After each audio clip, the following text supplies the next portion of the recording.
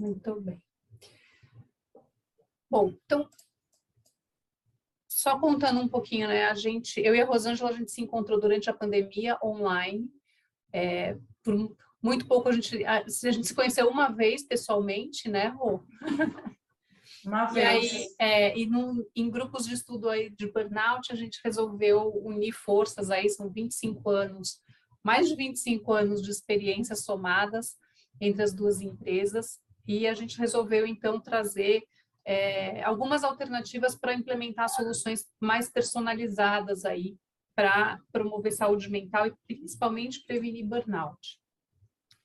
Então, eu sou fundadora da Avena, na Avena Consultoria, a gente tem foco em projetos mais personalizados de qualidade de vida, de prevenção ao burnout, gestão de estresse e inteligência emocional. Tenho especialização aí nessa parte de gestão de talentos, motivação, enfim, são mais de 20 anos aí de carreira na área de desenvolvimento humano, agora aplicada para a parte de saúde mental. Agora, desde 2013, mais ou menos. A Avena existe desde 2006. A Rosângela, fundadora da Andaro Educação e Desenvolvimento, titulando aí como didata, supervisora, orientadora em psicodrama pela BPS, especialista em funcionalidade humana e sustentabilidade ambiental pela Unesp, e mais um monte de outras coisas que ela não coloca aqui. Também uma apaixonada aí pela parte de prevenção ao burnout e promoção de saúde mental, né, Rô? Depois você vai complementando. Mas o que é burnout, né? A gente fala tanto, ouve tanto falar, mas nem todo mundo sabe o que significa. Então, só trazendo para a gente entrar todo mundo na mesma página, né? E tendo aí uma equidade em termos de conhecimento do como é que está definido o burnout hoje, né? Então, hoje ela é uma síndrome conceituada como resultante do estresse crônico no local de trabalho que não foi gerenciado com sucesso. Isso segundo o CID-11. Então, é um problema grave que a gente vem percebendo numa crescente, né? As pessoas estão começando não só a perceber, mas sim pedir socorro para isso, tem trazido muita improdutividade, problemas de saúde, enfim, uma série de sintomas que a gente percebe nas empresas, né? Nas pessoas, nas empresas. Muito da minha parceria com a Rô tem a ver com a nossa inquietação de como é que a gente mede o burnout, e aí a gente foi atrás de uma ferramenta para isso. Então, desde 2021, a gente conseguiu trazer para o Brasil o Maslach Burnout Inventory Toolkit, que é uma ferramenta validada internacionalmente. O MBI é bastante famoso, aí, principalmente nas pesquisas acadêmicas. Uma ferramenta totalmente online, e a gente mede 2 elementos importantes do burnout: os sintomas do indivíduo pelo MBI e as dimensões do trabalho, porque se a gente está falando de elementos de um estresse mal gerenciado no ambiente de trabalho, é importante a gente estudar aí o indivíduo e o ambiente de trabalho. A gente trouxe essa ferramenta. E hoje as nossas convidadas, a Isis, a Manuela e a Renata, a gente trouxe para conversar outras inquietações que a gente tem, né, Rô? E aí você me complementa se eu estiver falando bobagem, mas nós somos 2 inquietas, perguntadoras de marca maior, né? E a gente começa a ver algumas inquietações, algumas perguntas aí em clientes, em pessoas que a gente atende, muito desse questionamento do e agora que o burnout vira, então, né, oficialmente está no CID-11, vira doença, é doença ocupacional, é um fenômeno ocupacional, como é que a gente chama isso? O que muda legalmente do ponto de vista né, do ponto de vista legal, tanto para as empresas quanto para os indivíduos. E aí a gente falou, bom, a gente não sabe responder, mas a gente sabe quem pode responder isso para a gente. E a gente foi atrás dessas super especialistas que estão aqui presentes com a gente. Então, eu vou apresentá-las, meninas, fiquem à vontade depois para complementar, e daí a bola está com vocês. Então, a gente está aqui com a Isis. A Isis Fontenelle, ela é mestre em gestão de pessoas, desenvolve líderes e equipes em empresas de serviços. É autora do livro Gestão da Cultura na Advocacia e atua na gestão de inúmeros escritórios de advocacia pelo Brasil. É coordenadora do MBA em Gestão Jurídica e Gestão gestão na advocacia do IPOG, que fala, Isis? IPOG, isso. Instituição presente em 52 unidades espalhadas pelo Brasil, tendo formado mais de 500 gestores jurídicos. Ela também atuou como presidente na Comissão de Inovação e Gestão da OAB, em Goiás, e de 2016 a 21. Professora tutora do curso de Gestão de Serviços da FGV, orientadora de alunos da pós-graduação de Gestão de Pessoas da USP.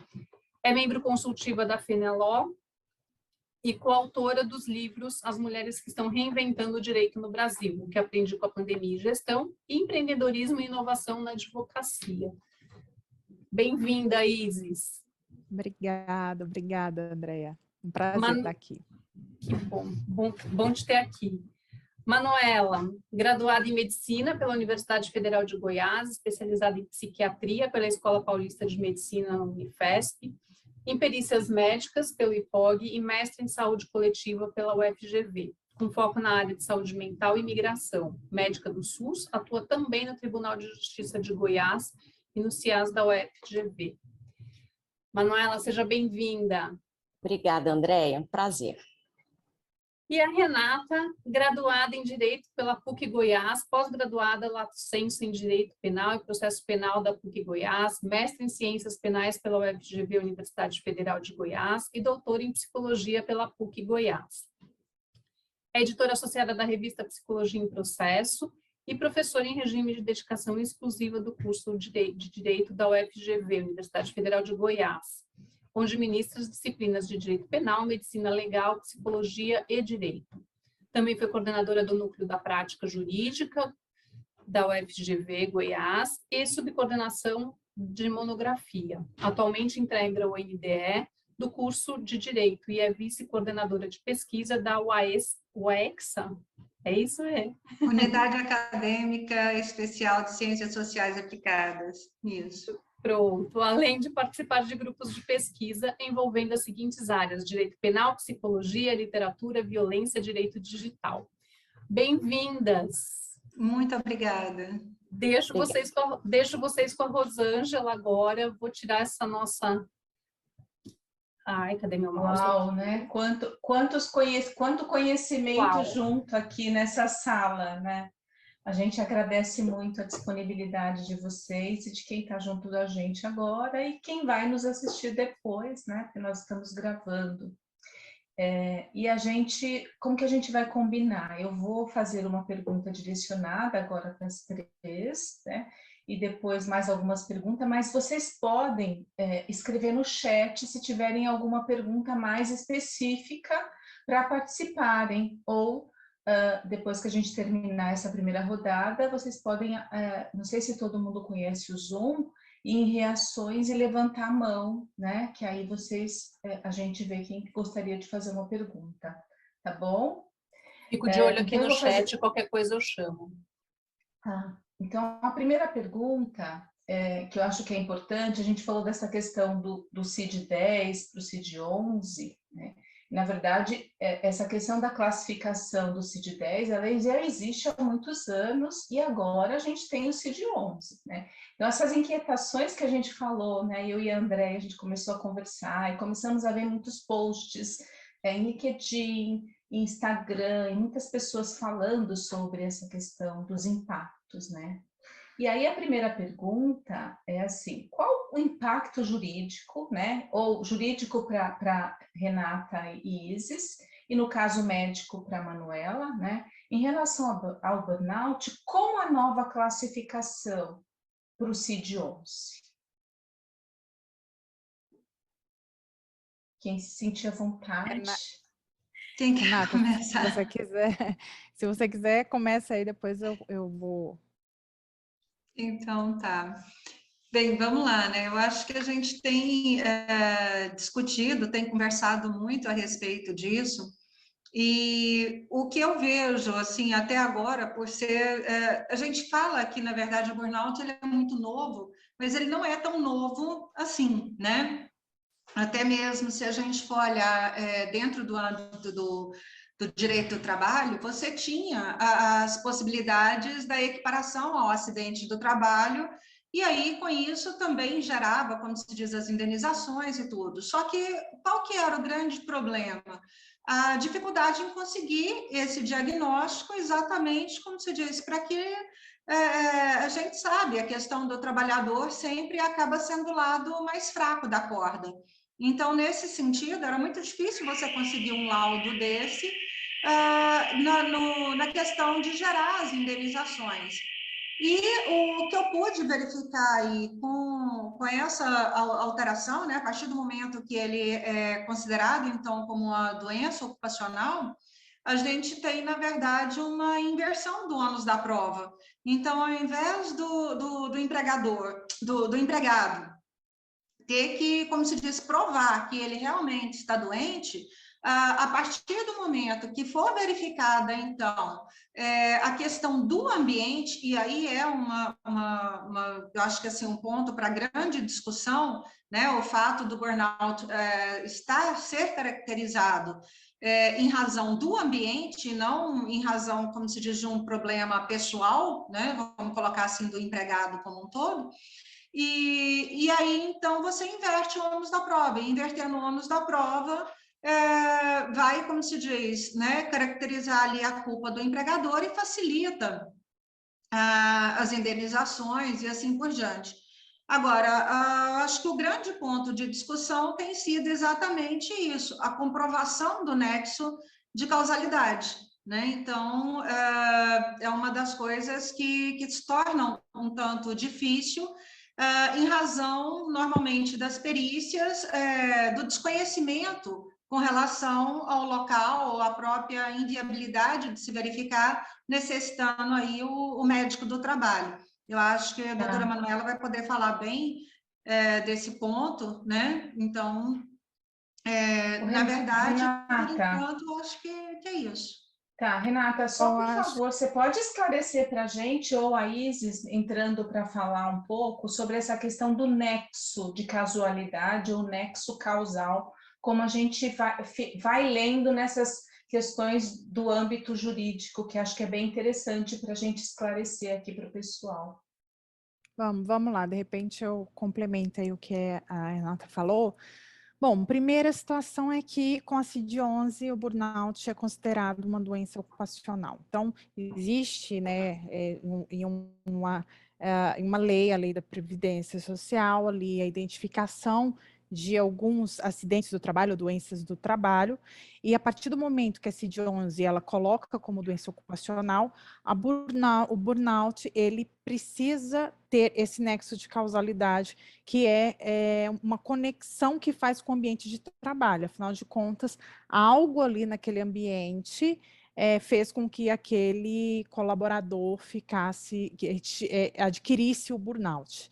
E aí é exatamente isso que pega, e talvez a Manu pode nos ajudar em relação a isso, porque você criar um nexo de causalidade, quando, por exemplo, a resolução do Conselho Federal de Medicina, ele determina que o médico assistente, ele estaria proibido de estabelecer um nexo causal se não tiver um profundo conhecimento sobre o ambiente de trabalho.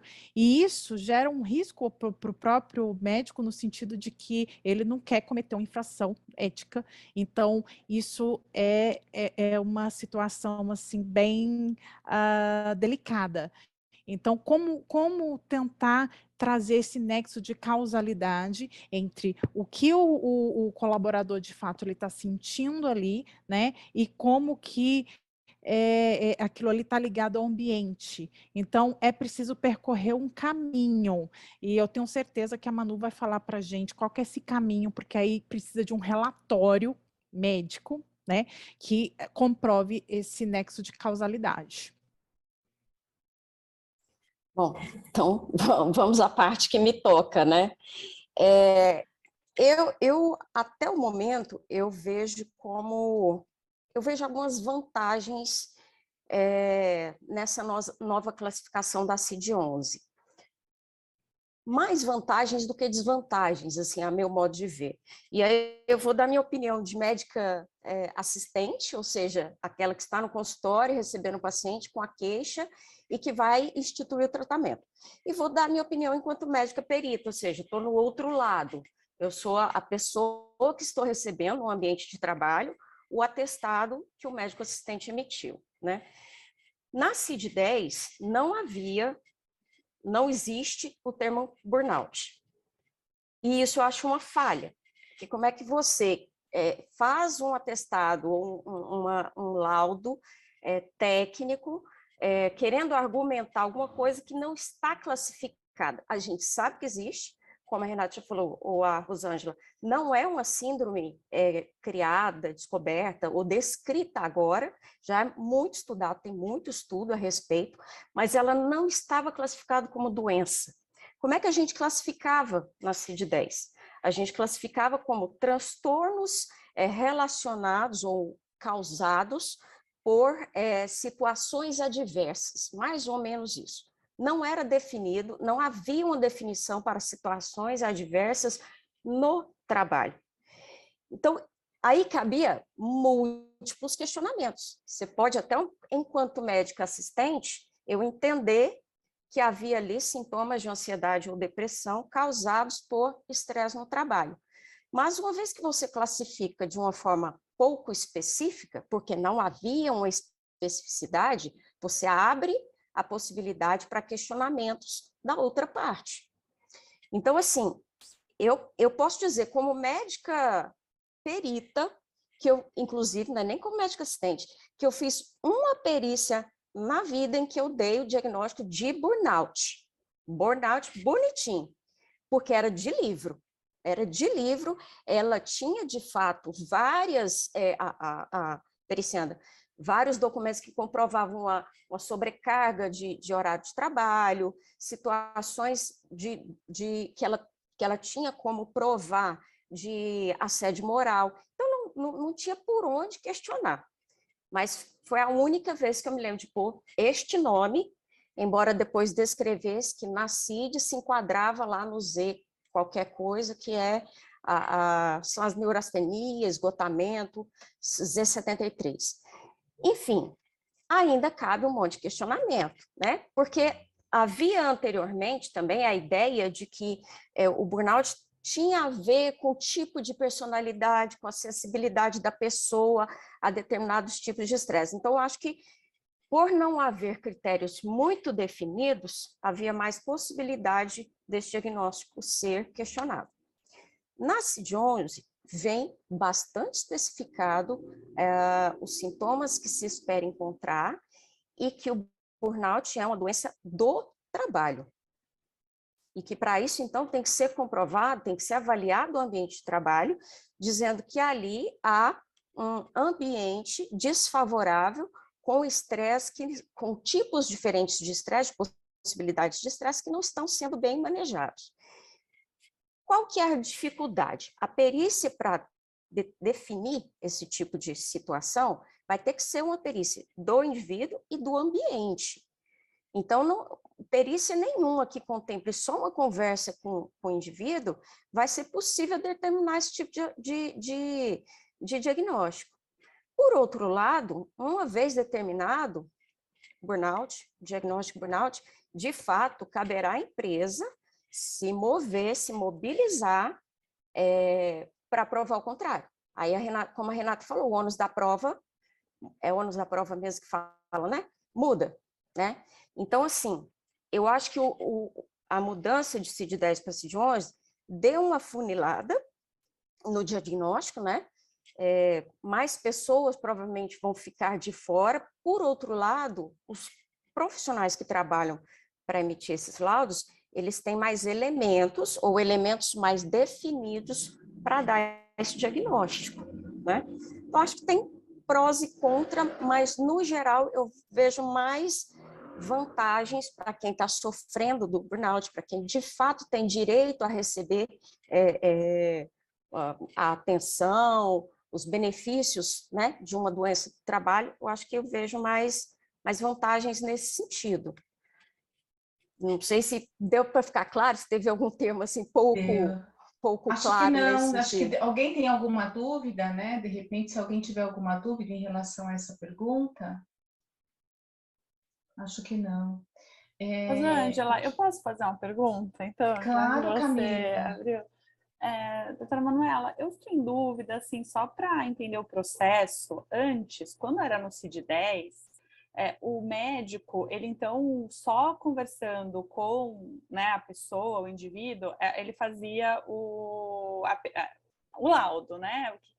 Hoje, como tem essa questão do ambiente, o médico, eu fiquei em dúvida, assim, isso é meio básica a pergunta, mas eu fiquei em dúvida, assim, quem que vai fazer a perícia no ambiente de trabalho, né? Uhum. É o próprio médico que faz isso? Ou eu não, creio que sim. assim? Como assim? A gente ainda não está lidando com a CID-11, né? Embora ela esteja em vigor aí desde janeiro, me parece que não houve ainda uma tradução, uma validação para a língua portuguesa. Então, oficialmente, nos nossos laudos, a gente ainda está despachando com CID-10, tá? E como eu falei, com o CID-10, a gente não usava. A gente sabia que era, a gente dizia que tinha ali um fator importante do trabalho, ou não, ou descartável, enfim, mas a gente não usava o termo por não estar ali previsto num código que a gente utiliza de referência, né?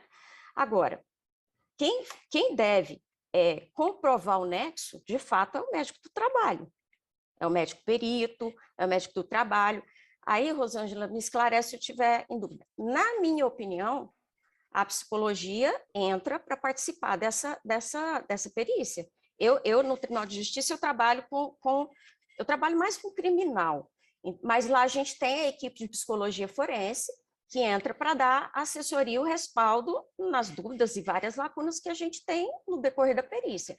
Na minha opinião, no caso de uma perícia de trabalho para investigar a questão do burnout ou não, vai ser indispensável uma equipe, até multiprofissional, assistente social, né? Até, porque assim, se eu tenho que ter, e aí a CID-11 deixa isso muito claro, muito explícito, tem que ser comprovado e avaliado, tem que ter um conhecimento profundo do ambiente de trabalho, para se dizer que aqueles sintomas são causados.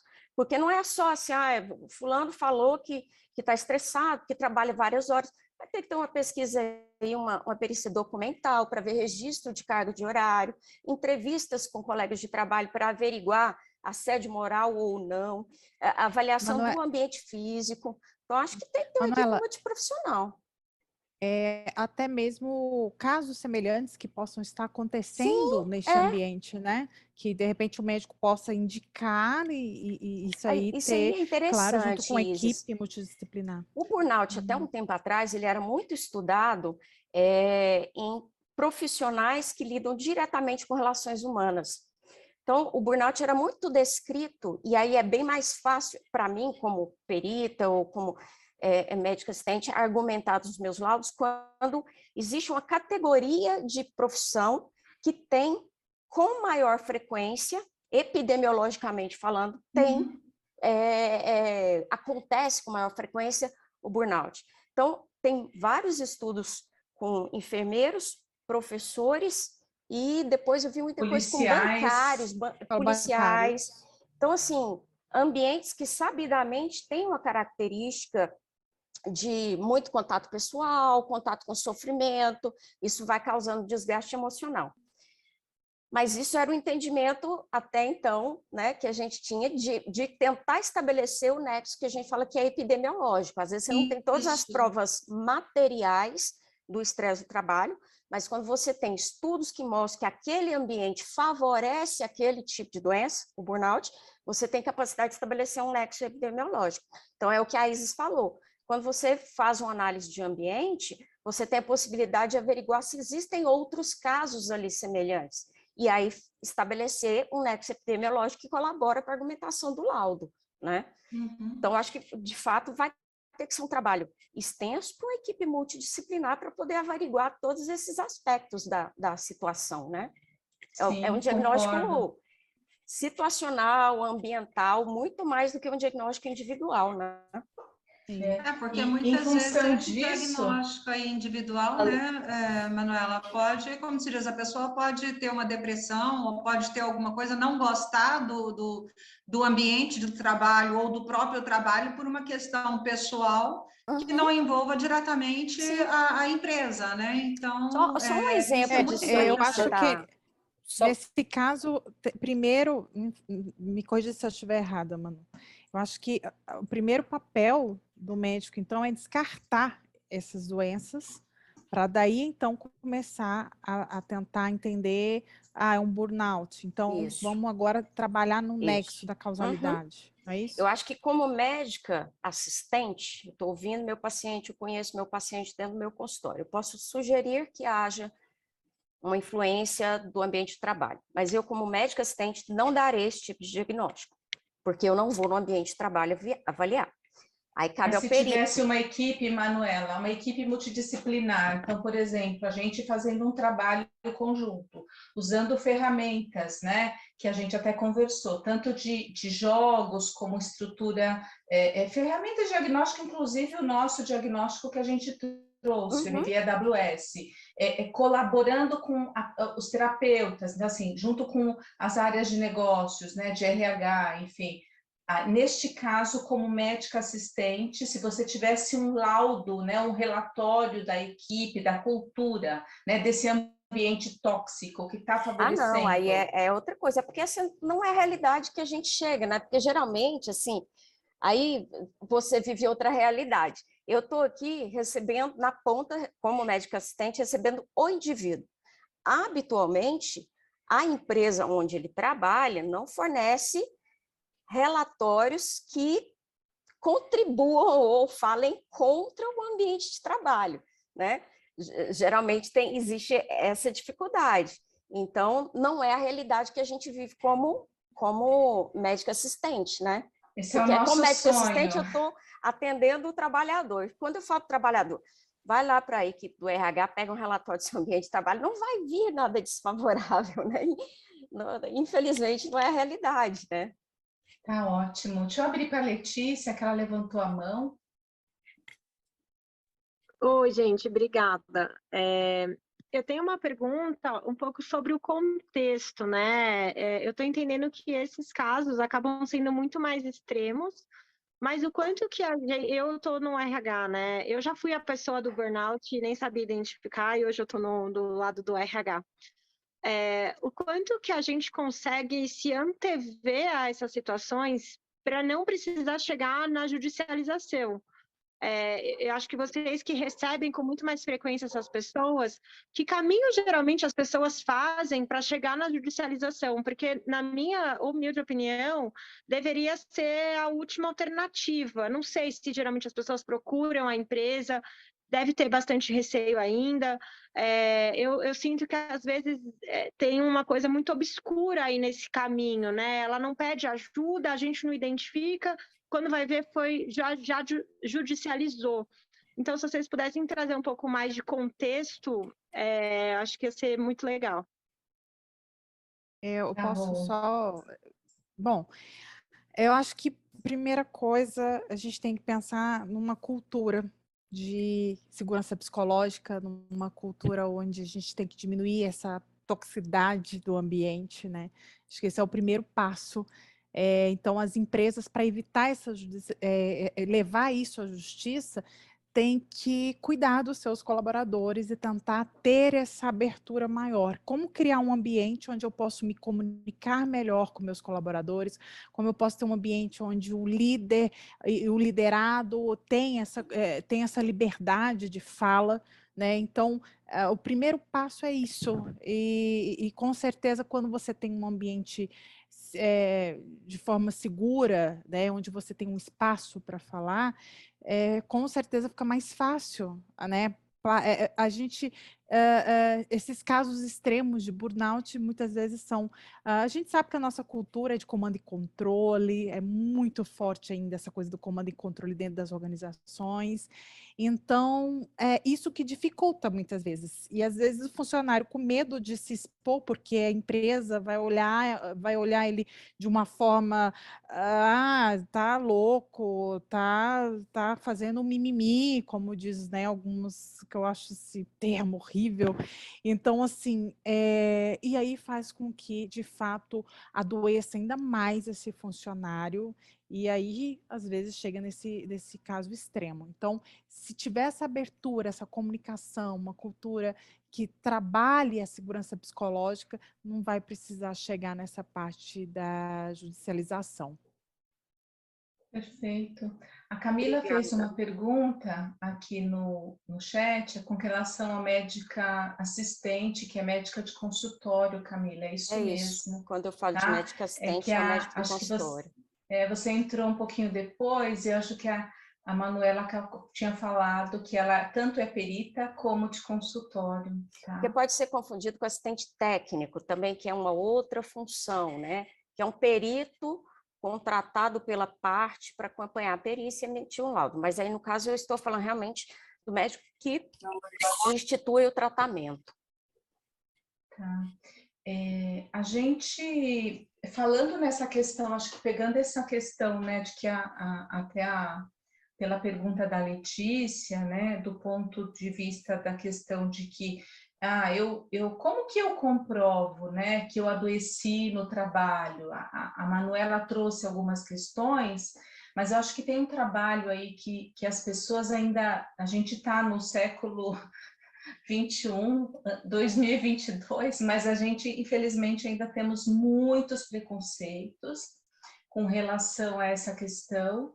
E aí, eu gostaria, inclusive, talvez, acho que a Isis também já pode até dizer, essa questão assim, como que a gente, enquanto profissional, né, do ponto de vista, assim, eu sei que eu estou com indícios, eu já fui no médico, mas eu não sinto segurança de falar para a questão do RH, mas eu estou querendo talvez uma nova oportunidade. Então, como que eu posso ir para esse perito do INSS?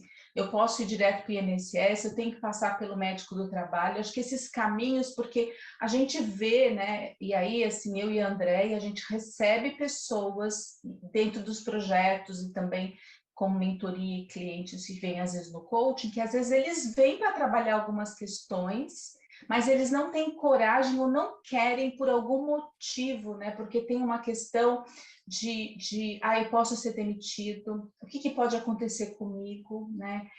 Tem essa questão também tem um preconceito de eu ir para o INSS, né? Então, eu adoeci em decorrência do meu trabalho, então fica uma coisa muito comigo, não é com o ambiente. Qual a opinião de vocês em relação a isso? O que a gente poderia fazer para ajudar essas pessoas? Bom, inicialmente ele já poderia ser afastado até por 15 dias pelo próprio empregador, né? Mas aí, como eu falei, vai muito da questão de como vai se comunicar e como é que aquele ambiente vai receber. Isso, no caso, já está com burnout. Mas aí é que está a questão, porque geralmente como as pessoas já estão com burnout, que é um nexo com a empresa, isso já, de uma certa forma, vai barrar com que ele chegue, que ele se aquilo ali já causou burnout nele, com certeza ali existe um clima que não é tão favorável, né, para ele chegar e falar, olha, eu estou precisando de uma semana descansando, e aí eu já vivi isso quando eu trabalhei há muitos anos atrás no serviço público, que eu cheguei nesse ponto, e quando eu fui falar isso para uma pessoa responsável, falou, não, isso é bobeira, não tem que, isso aí vai passar e tal. Então, claro, uma realidade de, sei lá, 20 anos atrás, e hoje a gente tem uma outra realidade, né? Então, a forma mesmo é tentar negociar esses 15 dias. Caso aí a coisa não ande e tal, aí dá para pedir essa licença pelo INSS, que aí já dura mais tempo, e aí ele vai ter os benefícios do INSS. Mas E do esse ponto seria de um caminho. vista, assim, pensando um pouco dessa questão do ponto de vista legal, né? Quais seriam os impactos trabalhistas? Aqui tem uma outra pergunta, mas para a empresa, né, na verdade, para quem é diagnosticado, então eu sou diagnosticado, fico 15 dias, talvez eu vou ficar mais um mês, enfim, vai depender muito do estágio do burnout, né, porque são vários estágios. Mas quais seriam os impactos, na verdade, para a empresa e para essa pessoa? Deixa eu começar e a Isis continua. Eu acho que talvez o primeiro ponto que a gente pode pensar é, primeiro, a própria questão cultural, né? Como se diz, de você não afastar, por exemplo, o empregado e da necessidade de ter um outro, vamos dizer ali, substituindo. E eu acho, como se diz, que a outra questão é a própria possibilidade de gerar indenização, né? Então, no sentido, vamos dizer, me fugiu a palavra agora que eu quis dizer, o dano existencial, né? Inclusive, eu estava vendo, tem acho que umas 2, 3 semanas, um caso de uma moça que ela ficou exatamente 15 anos sem tirar férias, sabe? E aí ela ganhou, né? Então, o dano existencial, e eu, particularmente, eu confesso que eu achei muito baixo para uma pessoa que ficou 15 anos sem tirar férias. Ela recebeu a indenização de, parece, 45 ou 50 mil reais, um negócio assim, entendeu? Então, acho que talvez esse seja aí o primeiro ponto, né? Então, agora, com relação à pessoa, já é diferente. Eu não sei, você gostaria de complementar aí, Isis? Não, acho que só, na verdade, falando dessa questão mais cultural, infelizmente, quando o colaborador ele toma essa atitude, é porque muitas vezes já não está mais na empresa e ele já vai em busca de uma indenização mesmo, né?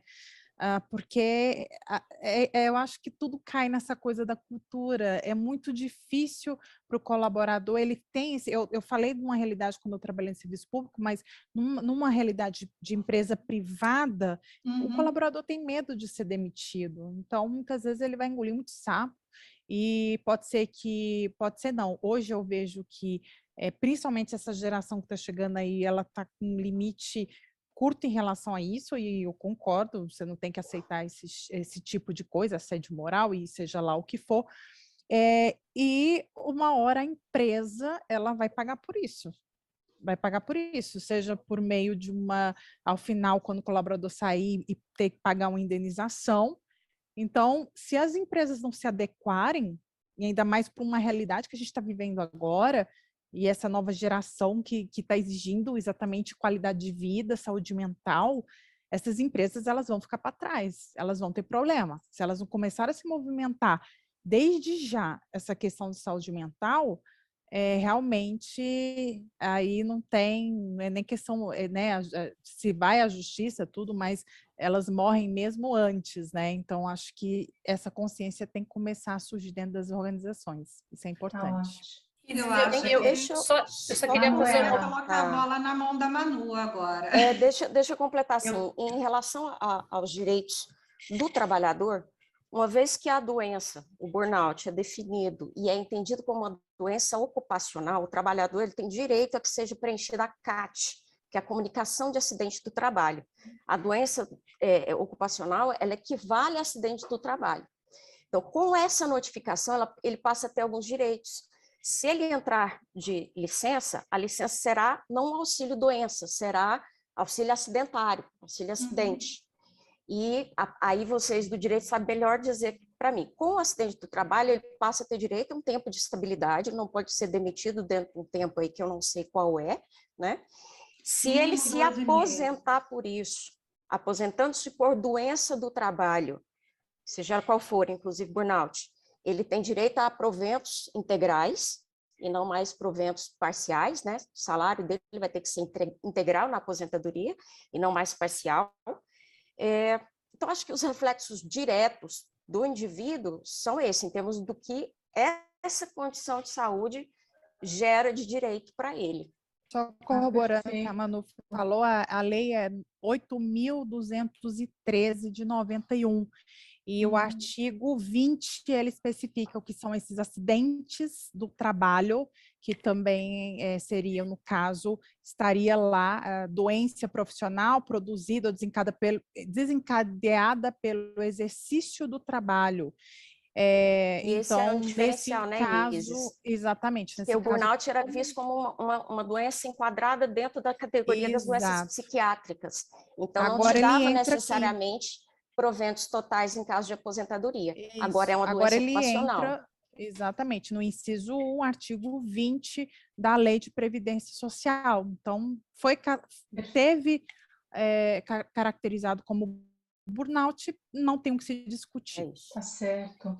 Eu tenho uma pergunta, a gente só tem 10 minutinhos. Tem uma pergunta, Camila, a gente abre para você. Manuela, a Letícia está perguntando: casos de depressão e ansiedade podem ser associados ao burnout? É uma maneira disfarçada de atestar o burnout? É uma maneira disfarçada e assim, quando eu falo disfarçada, às vezes o disfarce era por não ter o burnout como uma doença categorizada, né? Mas, de fato, o burnout, ele é uma síndrome. Você tem sintomas depressivos e sintomas ansiosos, sem um histórico nítido de uma doença recorrente, e com essa comprovação, agora, né, nitidamente, muito bem descrito e definido na CID-11, você tem que ter esse nexo causal com o ambiente de trabalho. Mas antes, até então, e talvez a gente continue usando isso, quando a gente não tiver meios de comprovar, atestar que a causa é o trabalho, a gente vai continuar definindo como uma síndrome com essas características. Como, por exemplo, transtorno de ajustamento. Várias vezes a gente classifica algo que a gente entende que poderia até ser um burnout como transtorno de ajustamento, que é sintomas depressivos ansiosos que não se enquadram nos critérios todos de depressão maior ou transtorno de ansiedade generalizada, motivada por uma situação de estresse. Mas no caso do transtorno de ajustamento, é qualquer situação de estresse, né? Por isso que eu acho que quando traz o burnout muito bem definidinho, te dá instrumento para fazer uma definição melhor, né? Se antes não tínhamos, agora nós temos. Então, se temos, a gente pode usar. A gente só não vai usar se não tiver segurança do diagnóstico. Aí a gente realmente não tem que usar, né? Mas, sabendo o diagnóstico, a gente sabe onde enquadrá-lo. Muito bom. Camila? Eu vou tentar, vou ser breve, que eu sei que tem um pouquinho tempo, mas só assim, quando eu lia essa mudança em janeiro, eu falei, poxa, acho que é uma coisa positiva de ser uma mudança que vai pressionar as empresas para olhar isso de uma forma mais até séria, né? Uhum. Porque isso pode, no final, ela ter que pagar uma conta, e a gente sabe que quando tem a conta para pagar no final, todo mundo se preocupa mais, né? E aí, quando vocês começaram a falar, eu comecei a criar aquela coisa, poxa, é tão complicado comprovar que não mudou nada, né? Eu comecei a ficar desanimada aqui, assim. Mas aí, acho que essa última fala, ela me animou de novo, porque era isso que eu estava pensando, falando assim, poxa, tem essa coisa, a hora que mudou, eu sou do RH também, quando chega um colaborador com atestado CID-11, eu vou tomar cuidado, porque eu sei que vai vir questões que eu não posso desligar, tem um tempo ali, né, que ele tem, não estou lembrando a palavra agora, mas que você não pode fazer a demissão e tal. Estabilidade. Estabilidade. Então, isso vale mais, então, assim, para o burnout. Então, a minha pergunta é assim, o médico assistente, então, assim, ele diagnostica tudo isso e na leitura dele pelo ambiente de trabalho. Ele vai lá e dá um atestado de burnout, CID-11, né? Ele vai apresentar na empresa. Aí até um pouco para as advogadas, assim, minha dúvida. Como é que é o próximo passo, assim, para essa questão da estabilidade, do cuidado que eu, RH, tenho que ter para... É só depois que daí passou os 15 dias, ele passou pelo perito, e o perito que vai olhar as questões do ambiente, porque hoje tem uma série de coisas que as empresas fazem também, que se você quiser fazer uma análise e tivesse equipe multidisciplinar, você consegue, assim, pedir pesquisa de clima, né, assim, tem outras coisas que as empresas mesmo estão cuidando e que elas produzem esses dados, não sei como é que ela daria. Então, eu queria entender esse ponto aqui dessa questão da estabilidade, desse cuidado que a gente que está na área de RH, não estou tirando a importância da prevenção, né? A prevenção a gente tem sempre que fazer, tem que ter cuidado, mas depois que aconteceu, né, legalmente, qual o cuidado, né, que a gente tem que ter? Renata, acho que Antes pode... da Renata falar e das advogadas falarem, deixa eu dar minha opinião. Eu acho o seguinte, eu fiquei na dúvida como você, Camila, no início, se era bom ou ruim essa especificidade que se deu. Eu acho que é bom, porque foi nominado. Tudo que não tem nome, você não tem muito como usar, como defender. Uma vez nominado, as pessoas vão usar, ainda que estejam erradas no final do processo. Os trabalhadores vão usar. Só para você ter uma noção, depois que mudou-se de 11, eu já escutei, dentro do meu consultório médico, não de assistente, não de perita, o paciente chegar com o diagnóstico pronto. Eu estou com burnout. Nunca tinha me acontecido isso antes. Nunca. Então, as pessoas vão usar. Você vai ter que pensar na categoria, porque ela agora existe, entendeu? Então, acho que essa é a grande vantagem de estar agora no CID-11. Essas pessoas que chegaram até mim não eram burnout, nitidamente, tinham um histórico prévio, tinham mudado de ambiente de trabalho e os vários ambientes de trabalho continuaram ruins porque ela não estava bem. Mas, enfim, esse é um detalhe. Eu acho que é uma ferramenta que agora, existindo concretamente, ela será mais utilizada pelo trabalhador, ele vai reivindicar mais. Se isso, ao final de um processo, será concedido o direito dele após uma perícia ou não, são outros 500. Mas só de existir, eu acho que já é uma vantagem. Isis e Renata, quer falar alguma coisa? Camila, tudo bem para você? Pode falar aí, Renata, depois eu... Bem, na verdade, como se diz, eu acho que talvez a Isis fosse a mais indicada para poder estar falando dessa questão mesmo trabalhista, porque eu também venho mais, como se diz, de um foco do penal, né? E a gente vem estudando essas questões dentro, como se diz ali, da medicina legal. Mas eu não sei, Isis, você gostaria olha, de... Completa para a gente aí. Sim, bom, ela perguntou em relacionado com o momento. Na verdade, uma vez comprovada a doença ocupacional, o trabalhador, né, que foi afastado pelo INSS, ele já tem direito a essa estabilidade, que são 12 meses. Né?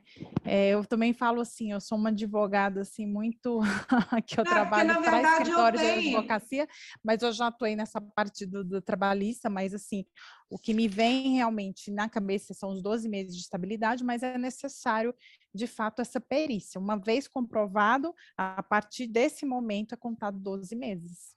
Camila, deixa eu porque a minha aqui. experiência como a Manuela vai completar agora, não é, como se diz, no âmbito de empresa, né? Então, assim, na questão do funcionário público federal. Então, quando a gente fala em funcionário público federal, então existe, como se diz, o direcionamento para perícia. Não tem como fazer nada sem a perícia. Certo? E aí eu acho que a Manuela pode falar bem explicado, até porque ela atua, né, exatamente nessa área. Então, só que deixa eu só fazer um adendo aqui, que é a partir de quando ele é afastado do INSS, tá? Sim, que ele adquire isso, não é instantaneamente, o médico foi lá, passou agora eu já estou estável.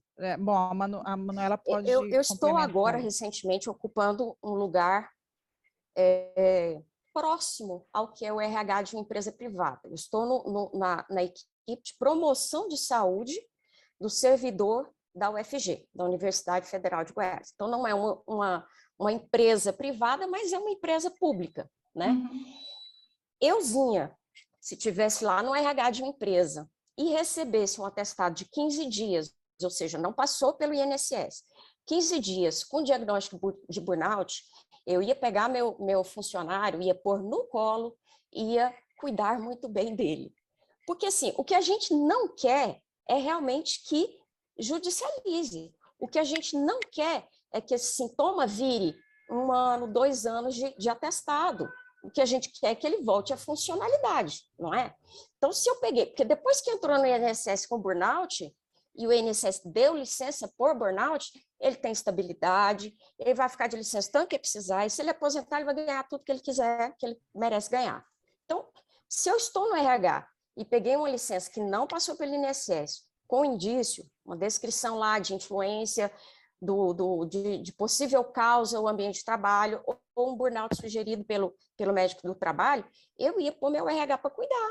Vem cá, vamos sentar. O que está acontecendo? Vamos acompanhar. Você está tratando? Você não está?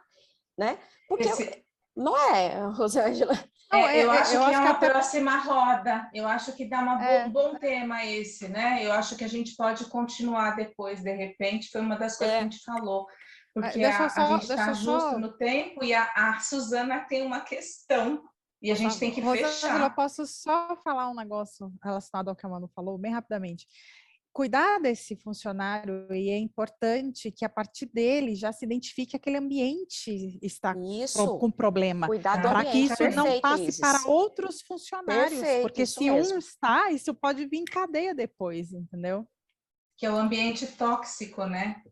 Como que a gente melhora esses ambientes, né? Falou tudo. Suzana, pode abrir, por favor. Obrigada, Rô. A minha pergunta é bem rapidinha, acho que a Manu pode contribuir mais, mas fiquem todas à vontade. As meninas estão do RH e eu estou na saúde, também de empresa corporativa. E eu tenho ouvido muitos médicos debatendo a questão do burnout, virou o motivo, né, de muito debate dentro da equipe. E assim, quando eles recebem um atestado de burnout, começa-se muitas questões sobre se o psiquiatra assistente compreende a dinâmica do trabalho, conhece em profundidade as atividades,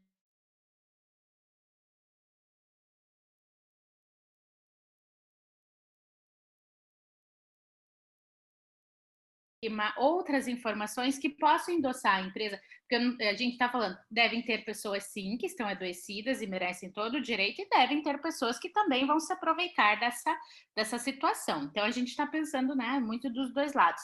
E aí, em 15 dias, você não consegue reunir, às vezes, dados do RH, pesquisa de clima, sei lá, coisas de performance do colaborador da vida inteira, reunir todas as coisas, todas as informações de saúde dele.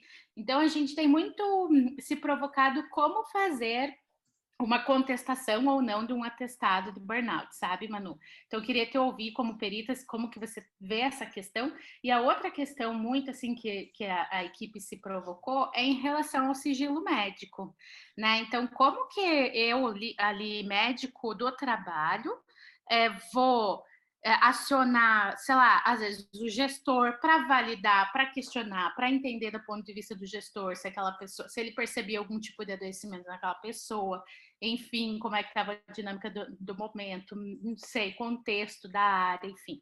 Então, essas duas questões estão na mesa, sabe? E aí eu queria ouvir um pouquinho de vocês. Eu acho que, assim, a realidade de empresa privada é bem diferente da realidade que eu vivencio sendo médica dentro de uma empresa pública. Porque, assim, no caso de você só vai ter que contestar alguma coisa se a situação for judicializada, né? Porque, assim, se for para o INSS, e o INSS que vai deferir ou indeferir uma licença mais longa que 15 dias, é a equipe do INSS que tem periciar o local de trabalho do trabalhador para dar esse diagnóstico, entendeu? Aí, se o INSS, vamos dizer, fez ou não fez a perícia e deu lá 6 meses de licença, é o INSS que vai ter que monitorar, até porque a partir de 15 dias não é a empresa que tem que pagar, é o INSS. Então, o INSS é que vai ter que ter uma equipe monitorando esses afastamentos muito longos.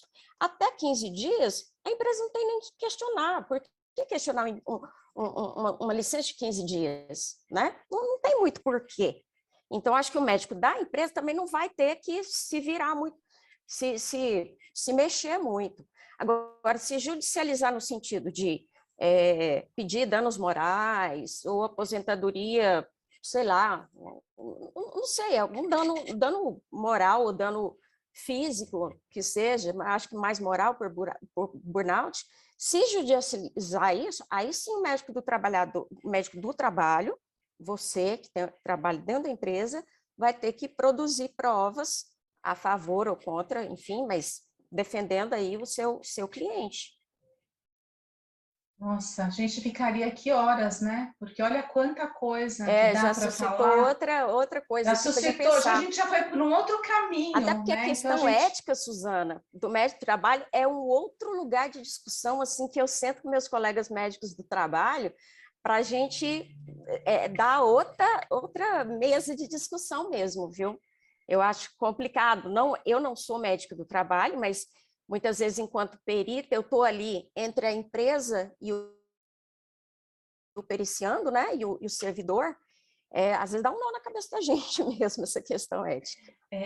E assim, acho que a gente tem que encerrar, né? Eu gostaria, assim, de pedir uma mensagem breve de cada uma das convidadas para deixar aqui, né? Para o nosso público, para quem está aqui, para quem vai assistir depois. E aí eu vou passar para a Andréia fazer o fechamento. Eu vou fechar, então. Acho que trazer uma coisa que a Isis falou, que eu acho que o nosso grande desafio, quando a gente está ali preocupada com a justiça, se a gente pode usar esse termo, né? Eu não quero favorecer empresa ou empregado, eu quero que o direito seja dado a quem ele deve ser dado, né? O ideal é que a gente não entrasse em litígio, né? O ideal é que a gente pudesse evitar os burnout da vida, evitar judicializações, e aí eu acho que, de fato, quem trabalha com medicina do trabalho, saúde do trabalhador como um todo, a gente tem que melhorar nossos ambientes de trabalho, mudar essa cultura, né, de produção a qualquer custo. Acho que é aí que a gente tem que cuidar para evitar todo o resto. Muito obrigada. Eu completo a fala da Manuela nesse sentido, que a gente tem que pensar que não é produzir a qualquer custo, até porque quando o profissional está doente, ele não produz, né? Então, como se diz, um dos primeiros sintomas é a queda da produtividade. Então, realmente, a gente trabalhar no sentido da mudança dessa cultura de que saúde mental, né? Porque é o que eu falo, você tem uma perna quebrada, você procura um ortopedista, você tem uma palpitação, você vai no cardiologista, mas as pessoas ainda têm uma resistência muito grande quando o assunto é saúde mental. Então, eu acho que a gente tem que buscar fazer isso, fazer rodas de conversa, os responsáveis pelas empresas, ir no RH, trabalhar e pensar que aquele funcionário, vamos dizer, satisfeito naquele ambiente de trabalho, ele vai produzir muito mais e muito melhor do que sob pressão e no ambiente ruim, né? E agradeço a oportunidade de poder ter compartilhado esses momentos com vocês aqui essa noite. Nós também. Isis? Bom, eu tenho que concordar com tudo que a Manuela e a Renata falou. Eu não quero me delongar, que já passamos do tempo aqui, então o recado que eu posso dar é: cuidem das pessoas. É isso. E queria agradecer mais uma vez de estar aqui com vocês. Um bate-papo maravilhoso que merece uma segunda rodada. Merece. Muito obrigada. Foi ótimo. Obrigada pela Andréia? oportunidade. Bom, queria agradecer vocês muito, a presença de todos. Já passamos aí quase 10 minutos do nosso horário, mas o assunto renderia muita coisa ainda.